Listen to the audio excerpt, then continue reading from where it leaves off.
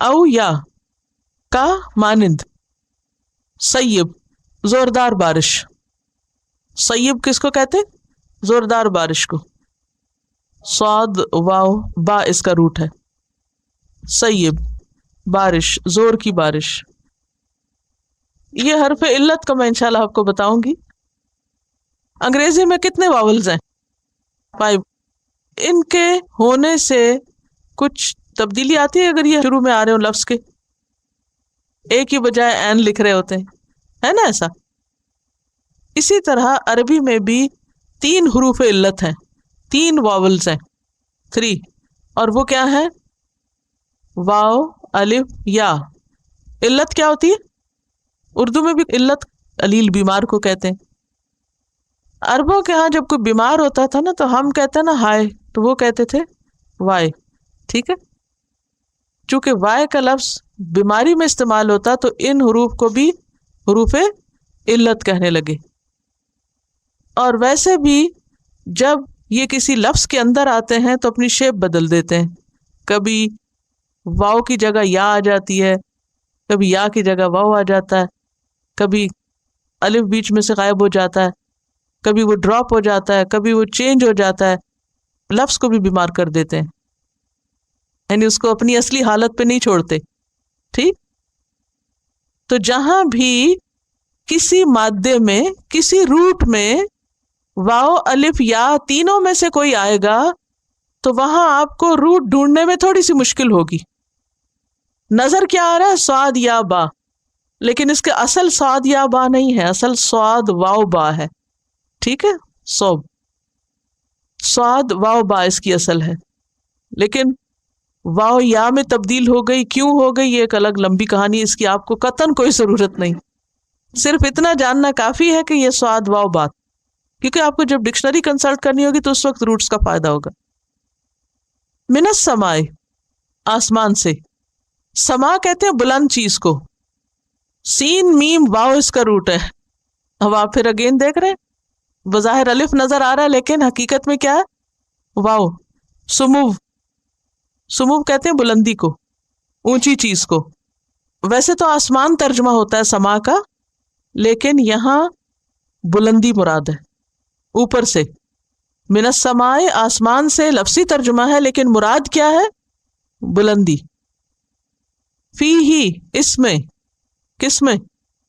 بارش میں.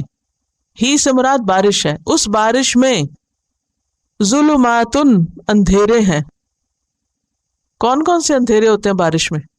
بادل کا اندھیرا اور رات کا اندھیرا، کیونکہ رات میں زیادہ ایسا ہوتا ہے.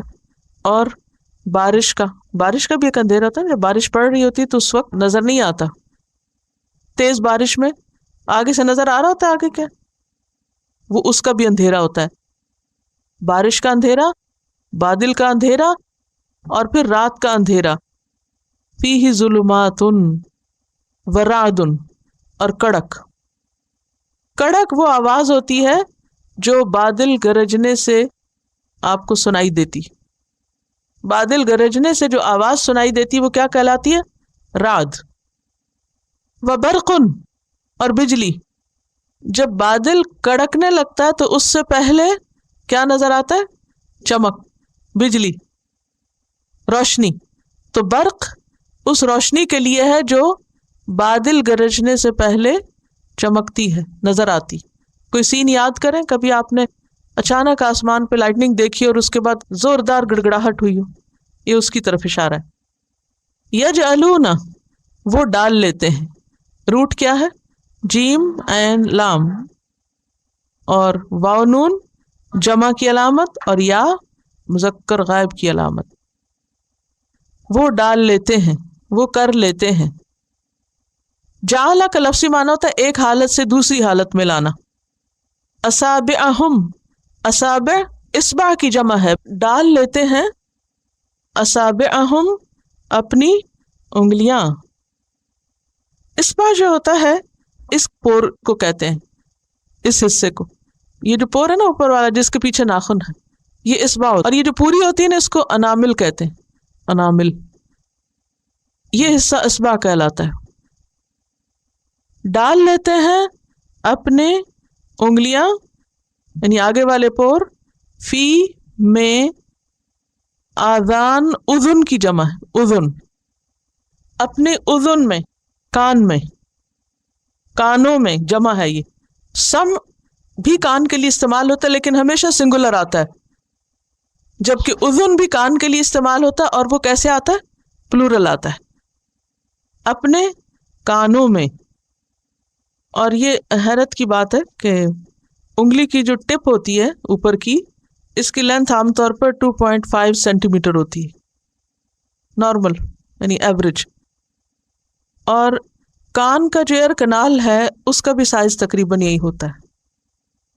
تو جیسے ایک بوٹل ہوتی ہے نا، تو بوٹل کے اوپر جو کاک دیتے ہیں تو اس کا جو سائز ہوتا ہے عموماً وہ کس کے برابر ہوتا ہے؟ وہ جو اوپر والا بوٹل کا حصہ ہوتا ہے نا، نیک. تو جب وہ نیک کے اندر کاک جاتا ہے تو کیا ہوتا ہے؟ وہ سیل ہو جاتا ہے نا، اندر نہیں کوئی چیز جا سکتی، نہ کوئی اندر سے باہر آ سکتی. تو یہاں یہ کیا کرتے ہیں، اپنی انگلیاں کانوں میں اس طرح ڈال لیتے ہیں کہ ان کو کوئی بات سنائی نہیں. اب ذرا ڈالیے، اور میں بولتی ہوں، کیا کہا میں نے؟ آواز نہیں جاتی. یہی حصہ انسان کے کان کا سننے میں مددگار ہے، اور اگر یہ سیل یا بلاک ہو جائے تو آواز پوری طرح اندر نہیں جاتی، سننے کا عمل متاثر ہو جاتا ہے. اگرچہ صرف یہ حصہ نہیں سنتا، کان کا بہت بڑا حصہ اندر ہے، یہ تو بس اتنی سی جگہ ہے باہر جو اپروچیبل ہے، باقی تو میکینزم اندر ہے سارا. لیکن حیرت کی بات یہ ہے کہ یہی حصہ اصل میں سننے کے لیے اور آوازوں کا تعین کرنے اور ایک طرح سے اینٹینا کا کام کر رہا ہے. یہ کان اور وہ اندر لے جانے کی اس رینج کو سلیکٹ کرتا ہے، یہ حصہ جس پر ہم کو آواز سننی ہوتی ہے. تو اگر یہ حصہ بند ہو تو جو ایمپلیفائر ہے وہ صحیح طور پہ کام نہیں کرتا. اگر یہ زیادہ لمبا ہو یا چھوٹا ہو تو بھی انسان کی سماعت متاثر ہوتی. تو جب کوئی اچھی بات ہو رہی ہوتی ہے تو وہ کیا کرتے ہیں؟ اپنی انگلیاں کانوں میں ڈال دیتے ہیں. اب تو انگلیوں کی جگہ کچھ اور بھی ہوتا ہے، پلگس. آج کل تو اتنا سین عام ہے بچوں میں کہ شاید ہی کوئی بچا ہوا ہو. ہر بچے کے لیے آئی پاڈ اور پلگ، اور آپ ان سے کریں باتیں، پتہ بھی نہیں چلتا کہاں چھپا کے بیٹھے ہوئے ہیں. بال لمبے کر لیں اور ان کو اندر سے ڈال لیں.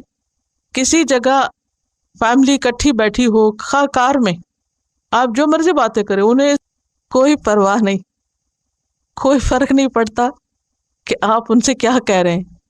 وہ اپنی ہی دنیا میں کہیں اور ہی کھوئے ہوئے ہیں.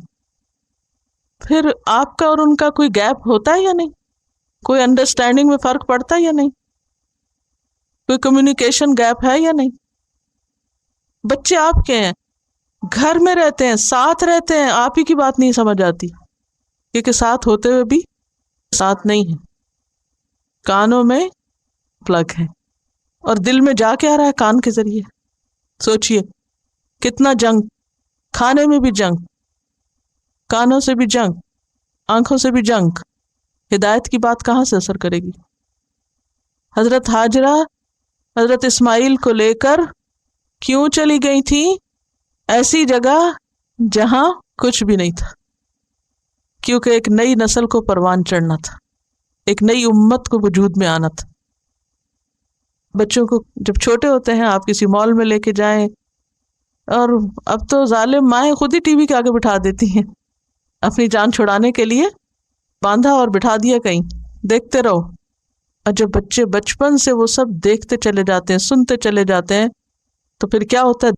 معصوم دل بڑے ہونے سے پہلے ہی پلوٹ ہو چکے ہوتے ہیں، اور اتنا جنگ بھر چکا ہوتا ہے کہ پھر وہ آپ سے نہ آنکھیں ملاتے، نہ آپ کی بات سمجھتے. وہ حیوان کے حیوان کسی اور ہی دنیا میں پلتے چلے جاتے ہیں. اس سے کیا ہے؟ فیملی ٹائز بھی مضبوط نہیں رہتی، والدین اور اولاد کے درمیان بھی محبت کے رشتے کمزور ہو گئے، دین، ایمان، اخلاق تو اثر چڑھتا ہی نہیں کچھ.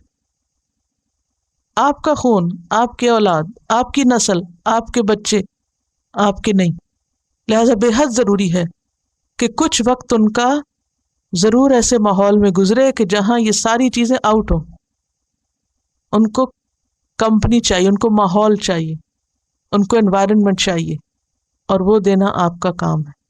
ہم ان کو اسکول پہنچانے کے لیے، ان کو لانے کے لیے ہر تکلیف کرتے ہیں، لیکن کسی ایسے ماحول کے لیے عام طور پر ہم مشکل کا شکار ہوتے ہیں.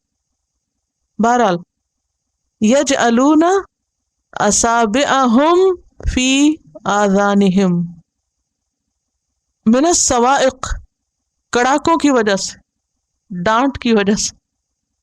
صواعق صاعقہ کی جمع ہے، نام بھی ہوتا ہے لوگوں کا. ہوش و حواس گم کرنے والی بجلی، تھنڈر کلیپ کے لیے آتا ہے. What is the meaning of صاعقہ؟ تھنڈر کلیپ.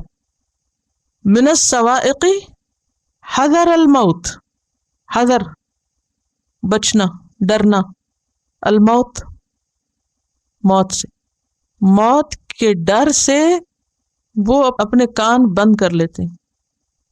لیکن بچ کے کہاں جائیں گے؟ واللہ، اور اللہ، محیط، محیط گھیرنے والا ہے، احاطہ کرنے والا ہے. ہا واو تا روٹ ہے. اب پھر آپ نے دیکھا کہ یا نے دھوکہ دیا، یا اصل میں واو تھا لیکن یہاں بدل گیا آ کر، حرف علت ہے. تو محیط گھیرنے والا ہے. بالکافرین، کافروں کو. یہاں با جو ہے زائد ہے. کیوں زائد آئی ہے؟ تاکید کے لیے. محیط بالکافرین. کافرین کس کی جمع ہے؟ کافر کی. اور کافر کا روٹ کیا ہے؟ کافارا. اور کفر کا معنی کیا ہوتا ہے؟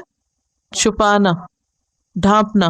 او كصيب من السماء فيه ظلمات ورعد وبرق يجعلون أصابعهم في آذانهم من الصواعق حذر الموت والله محيط بالكافرين.